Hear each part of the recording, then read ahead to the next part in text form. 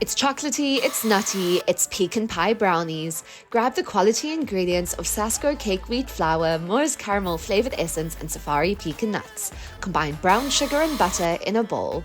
Add 3 large eggs and mix. Next, throw in a trickle of salt and half a cup of Sasko's cake wheat flour and cacao powder. Mix into a chocolatey delight and add to an oven-safe tray and bake for 25 minutes. Whilst you wait, combine sugar, salt and butter.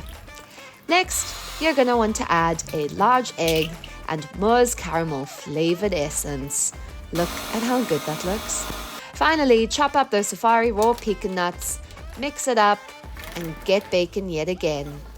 Grab your brownies out the oven, add the pecan layer and pop back in the oven.